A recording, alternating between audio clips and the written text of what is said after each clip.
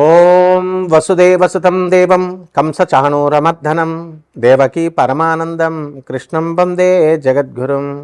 ఓం శ్రీ రాధాకృష్ణాభ్యాం నమ. కృష్ణం వందే జగద్గురుం, అర్జునం వందే జగదేకవీరం. ఇప్పుడు శని వక్రించినటువంటి సమయం జూలై నెల 26, 27వ తేదీల్లో 2026 సంవత్సరంలో శని మరి మీనరాశిలో మనకి వక్రించడం అనేటటువంటిది జరిగింది. ఇది ఎప్పటి వరకు ఉంటుంది ఈ శని వక్రించి అంటే మనకి డిసెంబర్ 10, 11, 2026 సంవత్సరం వరకు ఉంటుంది. మళ్ళీ శని సభ్య దిశలోకి డిసెంబర్ 10, 11వ తేదీల్లోకి వస్తాడు. రఫ్గా కనుక మనం చూసుకున్నట్లయితే 4.5 నెలల సమయం ఈ సైకిల్ అనేటటువంటిది కొనసాగుతూ ఉంటుంది. దీన్ని ఎక్కడికి మళ్ళీ సవ్యదశలోకి వస్తుందంటే మళ్ళీ డీప్ వాటర్స్ అయినటువంటి మీనరాశిలోకే మనకి ఈ వక్రించడం జరుగుతుంది. స్పెసిఫిక్గా మనకి ట్రాన్సిట్ ఎక్కడికంటే త్రూ రేవతి నక్షత్రం, ఉత్తరాభాద్ర నక్షత్రం నుంచి మనకి ట్రాన్సిట్ అనేటటువంటిది జరుగుతుంది. మరి దీని వలన మనకి కొన్ని రాశుల వారికి మేలు జరుగుతూ ఉంటుంది, కొన్ని రాశుల వారికి మధ్యస్థంగా ఉంటుంది, అలాగే కొన్ని రాశుల వారికి మరి యాడ్వర్స్ రిజల్ట్స్, బ్యాడ్ రిజల్ట్స్ ఇస్తూ ఉంటుంది. కాబట్టి దీనికి మనం ఏం చేయాలండి అని అంటే మనకి ఆగస్ట్ నెలలో మనం 12వ తేదీన మనకి ఒకటి జరుగుతుందండి. ఆగస్టు 12న మనకి టోటల్ సోలార్ ఎక్లిప్స్ అంటే సంపూర్ణ సూర్యగ్రహణం ఏర్పడబోతోంది. అసలు మనం ఆగస్టు 12న 2026 సంవత్సరంలో ఒక వెరీ రేర్గా జరిగేటటువంటి 6 గ్రహాల అలైన్మెంట్ అనేటటువంటిది, 6 ప్లానెట్ అలైన్మెంట్ అనేటటువంటిది జరుగుతుంది. ఏమిటి ఆ గ్రహాలు అంటే బుధుడు, కుజుడు, గురుడు, శని. ఈ గ్రహాలు 4 అయితే యురానస్ అండ్ నెప్ట్యూన్ అంటే రాహుకేతువులు దగ్గరగా ఉంటాయి. వీటి పోలికలు ఇవన్నీ కూడా they will stretch across the predawn sky.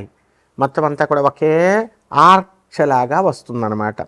So దీన్ని మనందరం కూడా నేకెడ్ అయితే చూడొచ్చు మనం ఖగోళంలో, ఆకాశంలో. బెస్ట్ టైం ఏంటంటే ఆగస్టు 12వ తేదీన దగ్గరగా 1 గంట నుంచి 1.5 గంటల పాటు మనకి ఎవరి ఊర్లో వాళ్ళకి sunrise, local sunrise location ఏదైతే ఉందో ఆ లోకల్ సన్ రైజ్ టైంలో దానికంటే ముందు 1 గంటన్నర ముందు మనకి ఈ 6 ప్లానెట్ల అలైన్మెంట్ కనబడుతూ ఉంటుంది. అలాగే ఈ యొక్క మనకి ఈ ఆకాశంలో ఈ స్ట్రెచ్ అయినటువంటి ఈ ఆర్క్ ఏమవుతుందంటే morning eastern and north eastern హారిజన్లో ఇది ఏర్పడుతుంది. అలాగే ఈ యొక్క ప్లానెట్ విజిబిలిటీ అనేటటువంటిది అంటే అందరూ చూడొచ్చా అండి దీన్ని అంటే బుధుడు, గురుడు, శని, కుజుడు ఇవి చాలా బ్రైట్గా కనబడతాయి.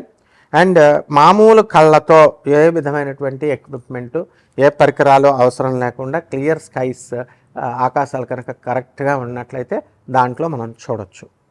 అలాగే ఎయిడెడ్ ఐ ప్లానెట్స్ ఏదో ఒకటి మనం సహాయం తీసుకొని చూడాలి. యురానస్ని, నెప్ట్యూన్ని మనం ఏం చేస్తామంటే ఫెయింట్గా ఉంటాయి కొంచెం అవి, అందువలన బైనాకులర్స్ కానీ అంటే అంత కళావంతంగా ఉండమన్నమాట. బైనాకులర్స్ కానీ లేదా బ్యాక్యార్డ్ టెలిస్కోప్ని మనం పెట్టుకొని మనం వాటిని స్పాట్ చేయొచ్చు అన్నమాట. అయితే ఈ రకంగా ఉన్నటువంటి ఈ యొక్క ప్లానెట్స్ అన్నీ కూడా ఆగస్టు 1 నుంచి 17వ తేదీ వరకు కూడా మనకి ఈ రవి ఏం చేస్తాడంటే కర్కాటక రాశిలో ఉంటాడనమాట. అలాగే ఆగస్టు 17 నుంచి సింహరాశిలోకి ఈ యొక్క రవిగ్రహం వెళ్ళడం అనేటటువంటిది, ట్రాన్సిట్ చేయడం అనేటటువంటిది జరుగుతుంది. దాని వలన మనకి మేజర్ ఇంపాక్ట్స్ ఏముంటాయండి ఈ శని వక్రించడం వలన అంటే 7.5 జరుగుతుంది కదా ఏలినాటి శని కొన్ని ప్లానెట్స్కి. ఆ 7.5 ఫేజ్ జరుగుతున్నటువంటి వాళ్ళకి ఎవరికి కుంభరాశి, మీనరాశి, తర్వాత మనకి మేషరాశికి జరుగుతుంది. సో వాళ్ళ యొక్క కార్మిక్ ఏమైతే ఉన్నాయో రివరెన్స్ అవన్నీ కూడా కార్మిక్ ఎఫెక్ట్స్ అన్నిటిని కూడా మనము ఇంటెన్సిఫై చేస్తుంది.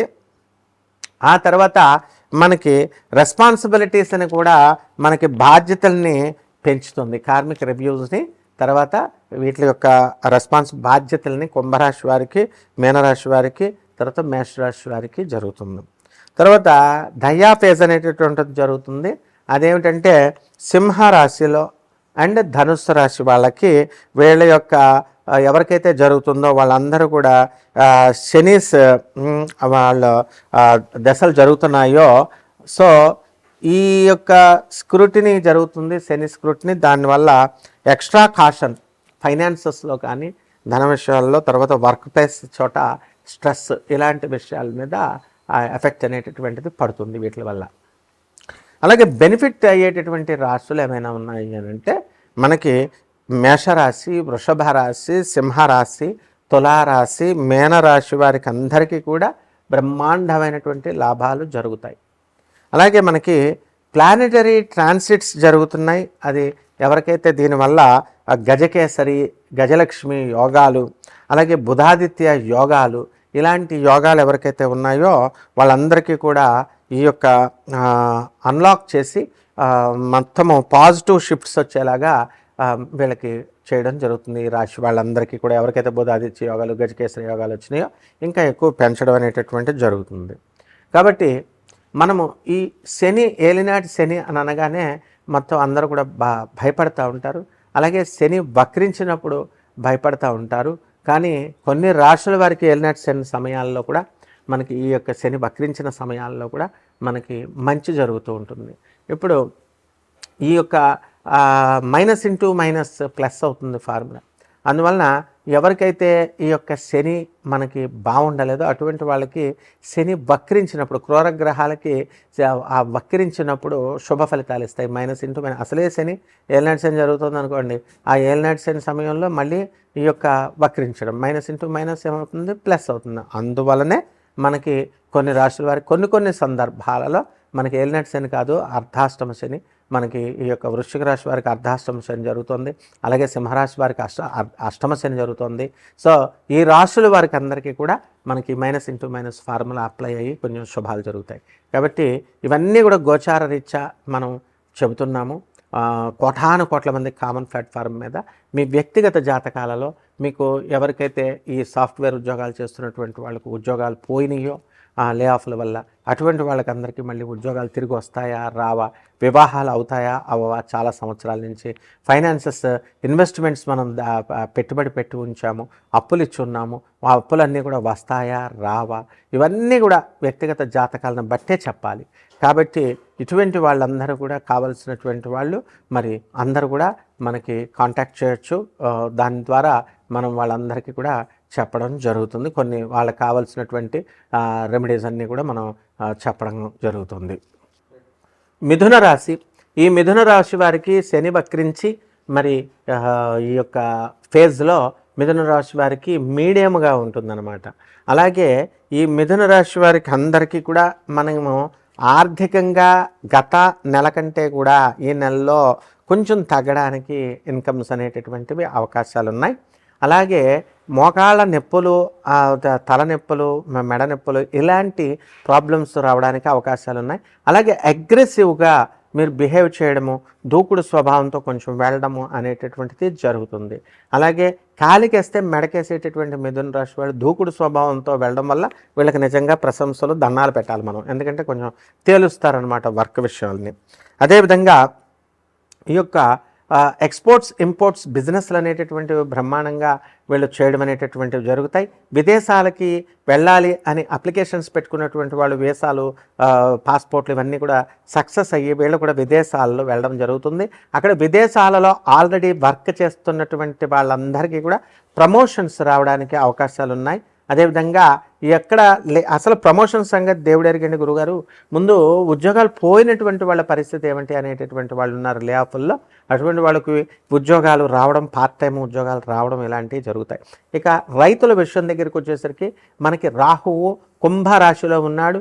అందువలన చక్కగా రైతులు బ్రహ్మాండమైనటువంటి సంపాదన సంపాదిస్తారు. కమర్షియల్ క్రాప్స్ అన్నీ కూడా వీళ్ళు తీసుకోవడము, బ్రహ్మాండంగా చేయడం అనేటటువంటిది జరుగుతుంది. అలాగే ఈ యొక్క శుక్రుడు మనకి కన్యా రాశిలోకి చక్కగా వచ్చాడు. అత్తగారులందరూ ఆడబడుచులతో సఖ్యత అనేటటువంటిది ఏర్పడుతుంది. స్త్రీలతో నుంచి సహకారం అనేటటువంటిది ఏర్పడుతుంది. అలాగే కట్నాల సమయంలో మీకు ఇస్తాననేటటువంటి కట్నాలు కానీ, అత్తగారులు మీకు పెడతాననేటటువంటి కానుకలు కానీ ఇవన్నీ రావడం జరుగుతాయి. ఇళ్ళను చాలా సంవత్సరాల నుంచి కట్టుకోవాలండి అని అనుకునేటటువంటి వాళ్ళందరూ కూడా మీరు కట్టుకోవడం అనేటటువంటిది జరుగుతుంది. కాబట్టి ఈ రాశి వారందరూ కూడా మనకు మెయిన్గా ఇతరులు కొంచెం ఈర్ష్య అనేటటువంటిది, అసూయ అనేటటువంటిది ఈ రాశి వారికి డెవలప్ అవ్వడానికి అవకాశం ఉంటుంది. ఏదో సరదాగా అంటారనమాట. అయితే నిజంగానే ఈర్ష్య ఉందేమో. మా మా ఆడపడుచు, మా మరదలు అమెరికా వెళ్ళిపోయింది, మా తమ్ముడితో మంచి అదృష్టం చేసుకుంది, చక్కగా అక్కడ ఎంజాయ్ చేస్తుంది లైఫ్లో. మేము ఇక్కడ ఎంత చేసినా మాకు మా మొగుళ్ళు మంచి మొగుళ్ళు దొరకలేదు, మమ్మల్ని అర్థం చేసుకునే మొగుళ్ళు దొరకలేదు. అక్కడ సిట్ అంటే సిట్టు, స్టాండ్ అంటే స్టాండ్ అని భర్త దొరికాడు మా తమ్ముడు అని ఈ టైపులో మన వాళ్ళంతా కూడా బాధపడుతూ ఉంటారు. అయితే వీళ్ళకి తెలుసుకోవాల్సింది ఏంటంటే, వీళ్ళ భర్తలందరూ కూడా వీళ్ళకి గోల్డ్ నెక్లెస్లు, ఈ యొక్క డైమండ్ నెక్లెస్లు వీళ్ళకి ఈ యొక్క శని వక్రించినటువంటి ఫేజ్లో వీళ్ళకి కొనిపెట్టడం అనేటటువంటివి జరుగుతాయి. కాబట్టి పరిహారాల దగ్గరికి వచ్చేసరికి మనము ఈ యొక్క బుధ గ్రహానికి బుధ జపం చేసుకోవాలి, బుధ స్తోత్రాలు చదువుకోవాలా. బుధుడికి కిలోంపావు పెసల్ని ఆకుపచ్చ రంగు వస్త్రాలనిచ్చి పేద బ్రాహ్మణులకి బుధవారం నాడు ఉదయం కరెక్ట్గా తెల్లవారుజామున 5 గంటలకి దానం చేసుకోవాలా. అలాగే జమ్మి చెట్టుని ఇంట్లో పెంచుకుంటూ కుండీలో వేసుకుంటూ చక్కగా తులసి చెట్టుకు పూజ చేసినట్టుగా పూజ చేసుకోవాలా. బ్రహ్మాండంగా ఉంటుంది. శుభమస్తు.